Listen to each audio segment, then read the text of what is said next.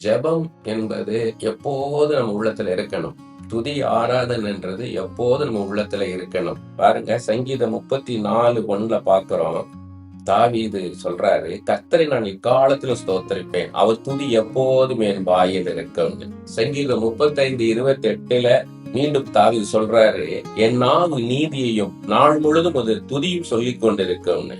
தேறின வேதபாரகன் Ezra சொல்றாரு, சங்கீதம் 119, 164 உமது நீதி நியாய நிமித்தம் ஒரு நாளில் 7 தரம் உம்மை துதிக்கிறேன்.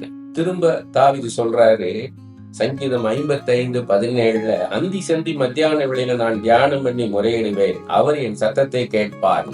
தானியேல் 6:10 தினம் 3 வேளையும் தன் தேவனுக்கு முன்பாக முழங்கால் படியிட்டு ஜெபம் பண்ணி ஸ்தோத்திரம் செலுத்தினான்.